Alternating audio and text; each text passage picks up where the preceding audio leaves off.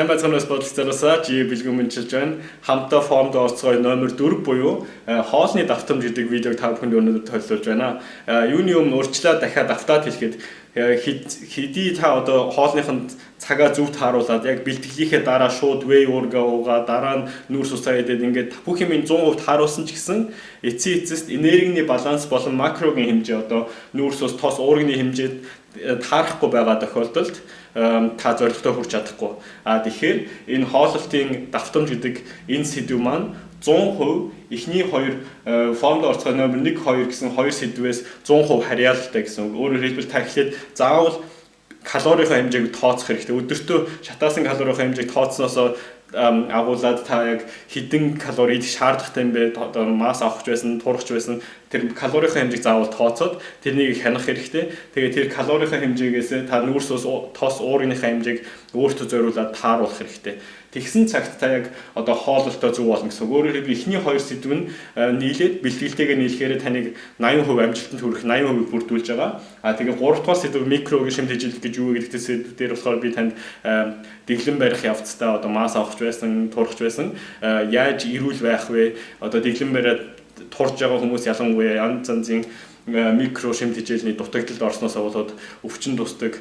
Тэгээд өвчин туснасаа болоод дэглэмээ алдна. Тэгээд тэр тэдэргүй өвчтэй болно, бэлтгэлээ хийж чадхаа болно.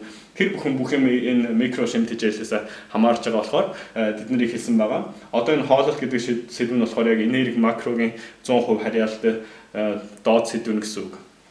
За одоо би хооллолтын сэдвийг та бүхэндээ тайлбарлахдаа эхлээд та одоо юу гэдгийг жишээлбэл турах гэж байгаа үедээ ч гэсэн 3 сарын төлөвлөгөө эсвэл одоо мас авах гэж байгаа үедээ нэг 3 сарын төлөвлөгөө гэдэг тодорхой хэмжээний төлөвлөгөө ихлээр бодож өөртөө зориулж гаргах хэрэгтэй.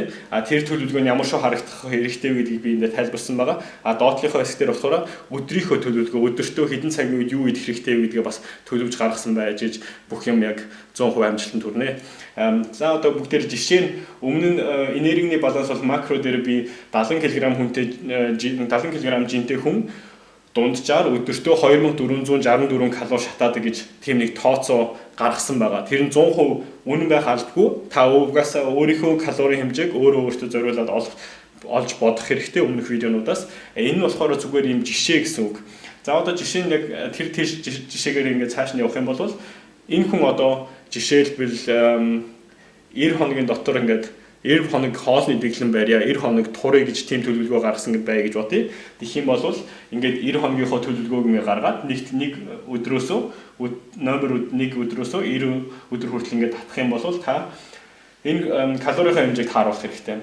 Өмнө би энергийн видео дээр хэлсэн байгаа угаасаа калорийн хэмжээг 7 хоногийн дараа жингээ хараад жингээс шалтгаалаад калорийн хэмжээг заавал ингээ тааруулаад тохируулаад багаар багасгаж явах хэрэгтэй гэж тайлбарсан байгаа.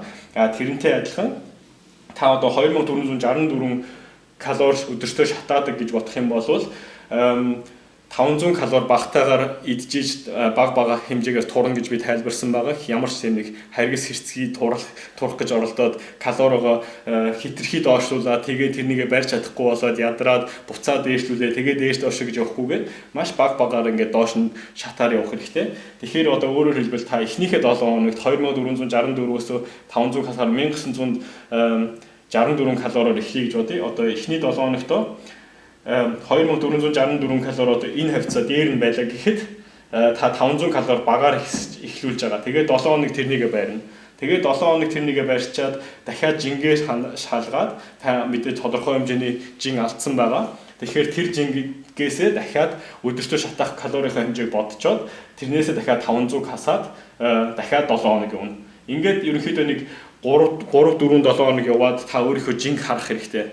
Тэгээд хэрвээ танд та хитрхи хурдан турах юм уу эсвэл ингэж явсаар байгаа нэг 4 5 7 хоног өнгөрсний дараа ерөнхийдөө дахиад нэг жоохон завсралгаа авах хэрэгтэй дэглэмээсээ.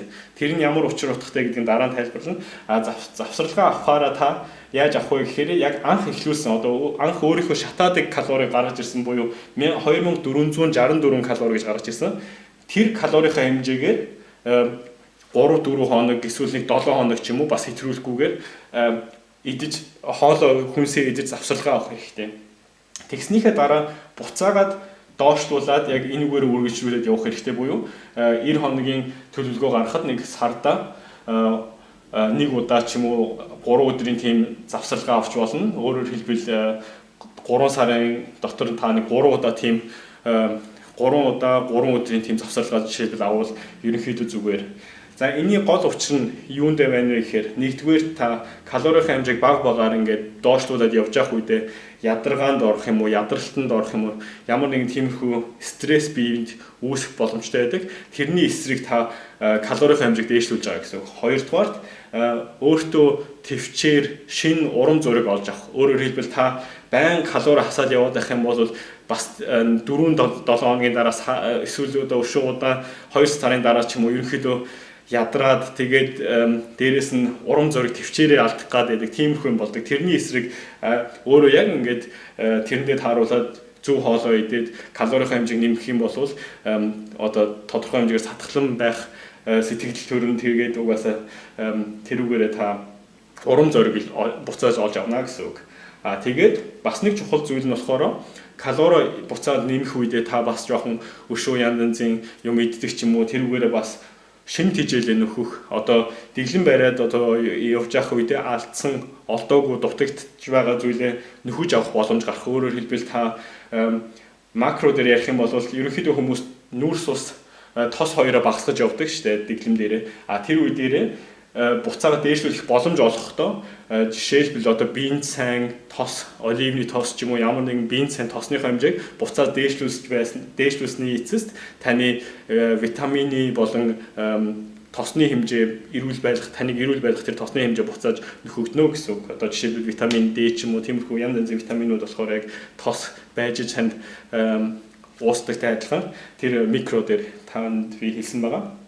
Тэгээд энийг энэ завсарлагаануудыг болохоор ерөнхийдөө metabolic supercompensation гэж ярьдаг бөгөөд энэ яг юу гэсэн утгатай юм гэхээр булчингаа алдахаас нөхөн олох юм уу нөхөн олгох гэсэн утгатай бөгөөд шууд орчуулах юм бол тэрний юу гэсэн үг юм бэ гэхээр та ингээд калори баг явж явах тэр хизээ нэгэн цаг тодорхой хэмжээгээр булчингаа бас энерги болгож алдах тийм тохиолдол гарах бөгөөд тэрний эсрэг бас калори буцаад дээшлүүлнэ. Сөрөг тал юм уу эсвэл ямар нэгэн юм гэх юм бол ерөнхийдөө энэ 3 өдрийн дараа та тодорхой хэмжээний жин буцаад нэмнэ.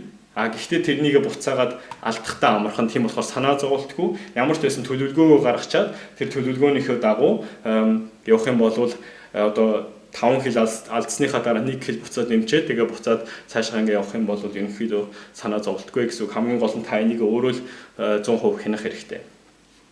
За одоо дараагийнх нь хэсэг бөгөөд одоо энэ нь болохоор нийтд нь ингээд 90 хоногийг харсан. Одоо бүгдээрээ яг 1 хоног нь ямар шүү байх вэ гэдгийг харъя.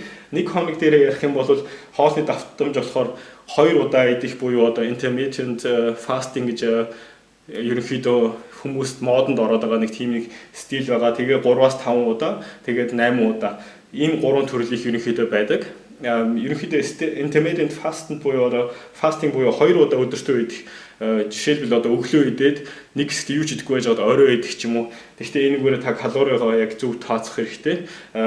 Тийм стил байдаг. Тэрнийх нь миний бодлоор тэрнийх нь сөрөг тал нь болохоор та маш их амархан эсвэл бас байнга өсөж явах болно. Ягаад тэгэхээр нэг идчихэд орой идэнэ гэж бодохоор ерөөсөө тодорхой хэмжээгээр өсөж явах болно. Хоёрдугаарт хизээ нэгэн цагт та ядаргаанд орох юм уу ядрах тийм стил орно. Тийм болохоор энэ бол байнга хийгээд авах зүйл биш. Анхны шатанда эхнийхээ 7 хоногт бол хүмүүс ерөнхийдөө жоохон хөнгөрдөг болохоор сэргэлэн ерөнхийдөө аятайхан мэдрэмж сүрдэг тэгээ жоохон тийм нойрмоггүй сэргэлэн маягтай байдаг болохоор эхнийхээ 7 хоногт ерөнхийдөө энэ бол тийм гоё эерэг мэдээлэл эерэг сэтгэл төрүүлдэг. Гэхдээ энийг бол тийм удаан одоо энэ шиг ингэж 90 хоногийн дотор байрлахад бол маш хэцүү бас эрүүл биш байх гэж би бодож байна. За тэрний эсрэг одоо дараагийнх нь нөгөө талынх нь эсрэг нь болохоор өдөртөө бараг 8-аас юм уу 10 удаа хоол идэх. Одоо юу гэдгийг 2 цаг болоод тодорхой хэмжээний уурыг, тодорхой хэмжээний нүүрс ус, тодорхой хэмжээний тос идэх тийм стил бас байдаг. Тэр нь бол ерөнхийдөө нэлээд мэрэгжлийн бодибилдерүүдийн хийдэг, дээр үеийн хийдэг тийм хооллолтын стил. Тэр нь бас нэг талаараа ерөнхийдөө одоо булчингаа сэргээх хамгийн их боломж өгдөг тийм стил нь стил ч гэсэн энийхэн сөрөг тал нь гэхээр та ерөнхийдөө байнга жоохон нозоорсон маягтай юм уу, нойр хүрсэн маягтай явна гэсэн үг. Ягаад тэгэхээр та 2 цаг болоод юм идэх юм бол таны ходоод байнга ажиллана гэсэн үг. Тэр нь болохоор юу гэсэн үг юм бэ гэхээр цусны эргэлт ерөнхийдөө байнга ходоодны тэр явц явагдана. Тэгснээрээ та ерөнхийдөө нозоорох юм уу, нойр хүрэх тийм мэдрэмж сайн төрнө.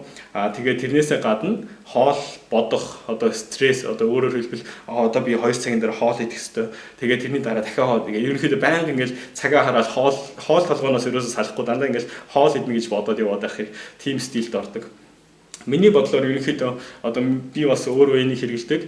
Миний бодлоор ерөнхийдөө энэ хоёрын дундаж буюу одоо 3-5 удаа хоолоо зөв сахируулаад идэх юм бол хамгийн эрүүл буюу хангалттай гэж бодож байна. Энэ би жишээлбэл одоо ерөнхийдөө 5 удаа идэхээр төсөөлөх юм бол өглөө 7 цагт босоод эхнийхээ нүүрс устай унд цагаа уун тэр нь одоо жишээлбэл obvious тэгээд way уурахтай ч юм уу би хэрэгэлдэг. Дараа нь 9-10 цагийн хооронд дахиад нэг тодорхой хэмжээний жижигхэн хооллолтын хэмжээ тэр нь болохоор жоохон тарих ч юм уу тиймэрхүү юм байж болдог. Тэгээд 12-16 цагийн энэ хоёр дээр болохоор ерөнхийдөө би дандаа нүүрс устай уураг ихтэй хоолоо идэн. Тэр нь болохоор тодорхой хэмжээний уураг ихтэй одоо дахианы мах ч юм уу нөхрийн мах ч юм ямар нэг юм мах. Тэгээд тодорхой хэмжээний нүүрс ус тэр нь одоо будаа эсвэл төмөс тиймэрхүү юмнууд байдаг. Тэгээ 16 цагт би хоолоо идчихэд 2 цагийн дараа буюу 18 цагийн үед ерөнхийдөө бэлтгэлтэй ордог. Бэлтгэлээсээ гарч ирчээд гэртээ ирээд би нэг 20 цагийн үед оройныхоо хоолыг иддэг. Тэр нь бас яг 12-16 цагтай адилхан уур гэхдээ нүүрс ус ихтэй, тос ихтэй, бас тодорхой хэмжээний тос ихтэй хоол байдаг. Тэгээ яг унтахынхаа өмнө 22-23 цагийн үед ерөнхийдөө дахиад нэг багахан хэмжээний тараг тослог багтай тараг идэхэд ерөнхийдөө ингээд бүх уургийнхаа хэмжээ, амино өвчлөлийн хэмжээ, нүүрс ус тосныхаа хэмжээг ерөнхийдөө ингээд олоод авчдаг. Тэгээд ингэж олж авснаар ерөнхийдөө би нэг хайхтар нозоороод яваад байхгүй бас нэг их өсөөд яваад байхгүй ерөнхийдөө дундж ин олчдаг гэж өөртөө бодож байна. Тэгээ бас давшранд хэлэхэд одоо яг нэг өдрөөсөө гадна одоо яг бэлтгэлийн өмнө хойно гэж ярих юм бол бэлтгэлийн яг өмнөхөн хитрхийх нүүрс ус юм уу хитрхийх хоол бас идээд хэрэггүй гэж би зөвлөмөр байна. Яагаад тэгэхээр бас л ходоод нөгөө хоол боловсруулах явцдаа төвлөрдөг болохоор цусны эргэл бүх юм энэ ходоодон дээр явагдана. Тийм болохоор ерөнхийдөө бэлтгэлд орохоос 2 цагийн өмнө нүүрс устай хоолоо идвэл зүгээр. Бас 2 цагаас өмнө юм уу 3-4 цагийн өмнө идэх юм бол буцаад яг бэлтгэлийн өмнө үлссэн байдаг болохоор хүн бас сайн бэлтгэлээ хийж чаддаггүй. Тийм болохоор яг 2 цагаас цаг 30 минутын өмнө нэг тодорхой хэмжээний будаа юм уу эсвэл төмс идэхэд яг ерөнхийдөө бэлтгэд ороход таардаг. Яг бэлтгэлээс орохоос өмнө ерөнхийдөө жоохон ядарсан ч юм уу тиймэрхүү санагдаад байвал бас одоо жимс одоо түргэн бинжингдэг нүүрс ус одоо банан юм уу жимс өөр алим ч юм уу ямар нэгэн жимс яг нэг 30 минут юм уу бэлтгэлд орохоос 30-40 минутын өмнө идэхэд ерөнхийдөө бас таардаг. Тэгээ яг бэлтгэлийн дараа гарч ирээд би болохоор шууд way уургуудаг. Тэр нь яг зүгээр шууд биед инсулины хэмжээг дээшлүүлдэг. Тэгээд алдсан амин тэмээ буцааж олж авахд ерөнхийдөө нөлөөлдөг гэхүүдээ. За ерөнхийдөө ингээд энэ үгээр ингээд энэ хамтдаа формд орцгоё гэдэг цуврал маань өндөрлөж байна. Та бүхэн асуух асуултаа одоо энэ 4 видеого үзчихээ бүгдээрийг нь үзчихэд асуугаарай. Би маргааш юм уу эх 7 оны сүүлээр ерөнхийдөө энэ цувралгийн талаар жоохон ярьсан төгсгөлийн видео бас хий гэж бодож байна. Та бүхэндээ амжилт хүсье.